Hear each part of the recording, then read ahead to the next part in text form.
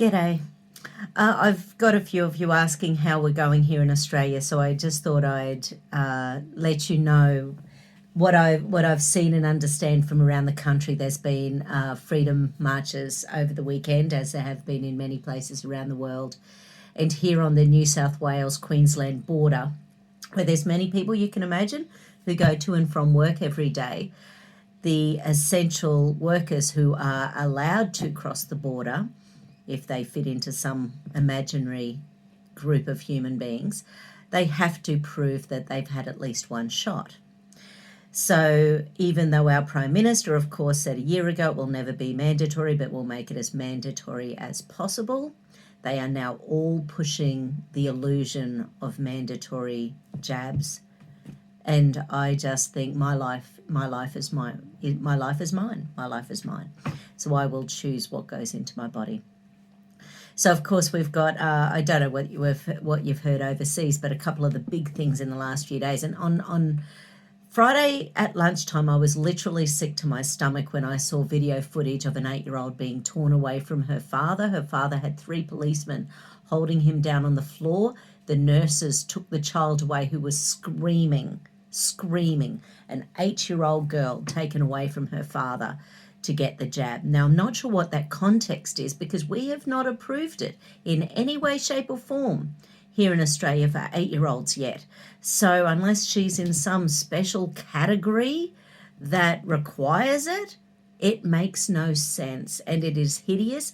And just watching that footage and watching the police, the overreach of the police, working with our medical system to force a child taken away from her father, just broke my heart. Which of course brings me to part 2, which is the 24,000 that you might have heard. Bruce Hazard is in New South Wales Health, and 24,000 kids being taken away from their parents. The parents are not allowed to go with them to be jabbed in a stadium. And the army and the police are going to be overseeing this mass jabbing campaign. So it happened, and yes, there's definitely been 2 deaths. I did hear 3, but I've certainly had an army official of 41 years confirm 2 deaths. So why are parents not allowed to go? Is it so that there are no witnesses with what's actually going on? Why are children being taken away from their parents to have this experimental, investigational Jabberwocky? You know, why is this going on? And why are parents sending their kids? It blows my mind. Of course, in New South Wales, they're really, really pushing the life will get back to normal. But we've had 4 different premiers in the last week. So of Western Australia, New South Wales, Victoria and Queensland, our own little Miss Anastasia. So all of them have said even at 80% Jabberwocky rates, there will still be lockdowns. There will still be masks. This is what's happening here in Australia. And every time I hear these evil dictators say this, it blows my mind. Because we're not talking masses of deaths. And you've got to remember, when we're talking cases, what are we talking about with a case? You've got so many industries where if you haven't had the Jabberwocky, you're having to do swabs twice a week. So every time you're getting a swab, what are they actually checking for? Now, at this time, in 18 months, surely we know that it's a PCR test. That's what's been used worldwide for the last 18 months, since 20th of February last year. That's when the first one was put into effect. But the idea was sent to the World Health Organization on the 31st of December 2019 by a guy called Drosden, a professor, who basically said, hey, maybe we can use this, you know. So, and then World Health said, yes, we need something, let's get to it. Now, the guy who developed the PCR test is Dr. Kary Mullis, pretty clever guy, Nobel Prize. So he is very well known for saying It's amazing technology. He loved it. He was so proud of his technology because you get a cell of anything or a part of DNA of anything, and you can make it bigger and bigger and bigger and bigger and bigger and bigger until you know what it is. But you know what he also said? That the PCR test was never for you to be used for diagnostic purposes. It was never to be used to tell whether something was a virus or because it doesn't say whether anything's alive or dead. So once again, this is the test that's been used for 18 months across the planet. Now, if they do a swab on me and I had a virus a year ago, or I had a flu vaccine, or I had the Jabberwocky, who knows, but they might actually find some fragments of RNA.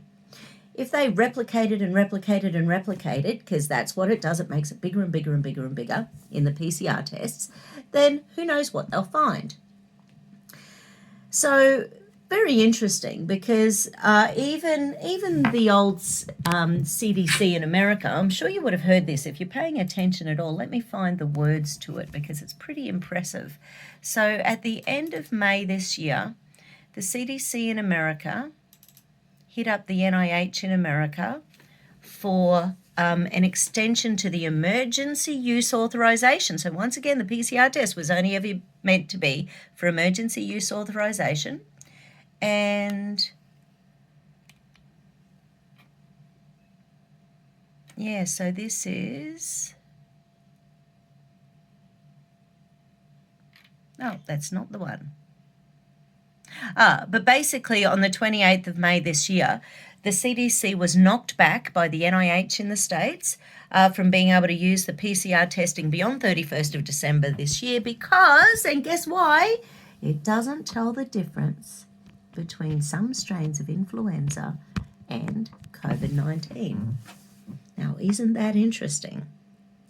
And maybe you know this, and maybe you're still saying, no, COVID is real. And I'm not saying COVID isn't real. I'm absolutely not saying that. I've listened to enough of Dr. David Martin and Dr. Judy Mikovits, and, I've heard enough about the CCP and what they've been doing for 20 years, developing this gain-of-function research on coronaviruses. So, hey, I've listened to dozens of hours of that. So, yeah, I absolutely believe the viruses were real. That is not what I'm saying. But just imagine for a second that for the last 18 months, the test that's been used worldwide as recommended by World Health Organization, imagine it didn't actually tell the difference between some stages of the flu and coronavirus or COVID-19. And then imagine for a sec that it doesn't actually say whether you're infected or whether it's a past virus. So, what does it mean when we're going and getting all these cases and all of these chief health officers? That's what they're called here in Australia, the chief health officers. So we've got one for every state in Australia. They are making all of the rules, all of them. Doctors and nurses will go to jail and be fined here in Australia if they speak out against the narrative. Now, any doctor worth his salt is going to be looking at this and saying, what a load of BS. Never ever before have I seen healthy people be quarantined. Never ever before have I seen healthy people taken away and put in ICU to protect them. So this crazy stuff is going on. So anyway, so in Victoria, the cases are going up, and with the PCR tests, all you have to do is increase the replications. So it's most accurate at about a cycle threshold of about 28. By the time it's 35, it's getting very unstable and a lot of false positives start to appear. By the time the cycle threshold is 45, it's about 95% false positives. Now, if you're watching what's going on in New South Wales, in Australia, yeah, we've got like 700-800 cases a day. Cases out of 8 million people. Cases. So a case is not an illness. A case is not an infection. A case is not a sickness. A case is just a bit of RNA they've got from the back of the nostrils, and they've blown it up into something and said you're sick. So the cases are driving the lockdowns. The cases are driving the masks. The cases are driving these crazy politicians to have all this damn power under this emergency use authorization. In Scotland at the moment, they're actually trying to make these emergency use powers permanent. That's going to happen here in Australia because we've got very few politicians. There are a handful of politicians standing up. So people like Senator Malcolm Roberts and anyway, there's a handful of them. But of course, Craig Kelly and Christensen, and so that there's a few of them, and luckily they're getting a little bit of airtime in the States, so that's actually getting it back to our Australian people, because our Aussies are having it taken away from us. It's not showing up in their Facebooks, it's not showing up in their feeds, but enough people are seeing it for the few minutes it's there and sharing it enough so that the information is being sent out. So our own politicians are being censored on their own channels. I know so many people who are trying to do good work, their websites keep shutting down. We've got kids being taken from their parents to be jabbed. We've got thousands of kids going into stadiums to be jabbed, and there's been deaths. We've got here in Australia, here in Queensland, our chief. So it just makes me so nuts that people still believe the narrative. The narrative is this is the most dangerous virus on the planet. The narrative is that if you don't stay at home, that you might be making someone sick. The narrative is you are healthy and you might be killing your grandmother. You are healthy, you might be killing your children. If you are healthy, you are healthy. If you are healthy, you are healthy. It's such a load of bullshit. Why aren't people standing up and saying 78% of people who die from the virus are obese or overweight? Get out and do some exercise every day. That's the first number one thing you can do for your health. We know that now there's been thousands of studies. We know the higher your levels of vitamin D, the less likely you are to get severe symptoms. Get your vitamin D levels up. We know the higher the zinc levels are in your system, the less a virus can take hold. If you get a virus, if you get a cold, if you get a flu,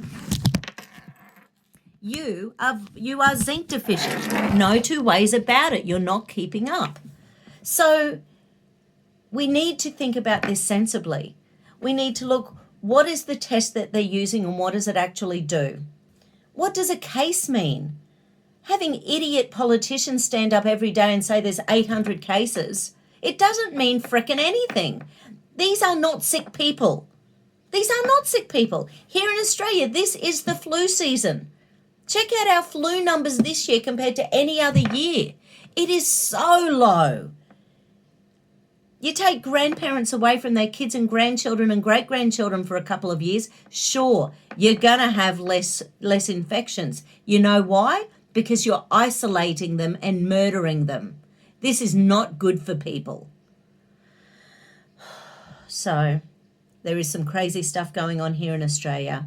They're pushing the mandates. They're pushing the crazy. Here in Queensland, our Chief Health Officer has said if one case, this is her words, if one case comes over the border, we won't be locked down for weeks, it'll be months. Those are her words. This is just nuts. And people believe that she's keeping us safe. They're not seeing the fact that we're being slowly boiled and we're not paying attention. Wake the fuck up.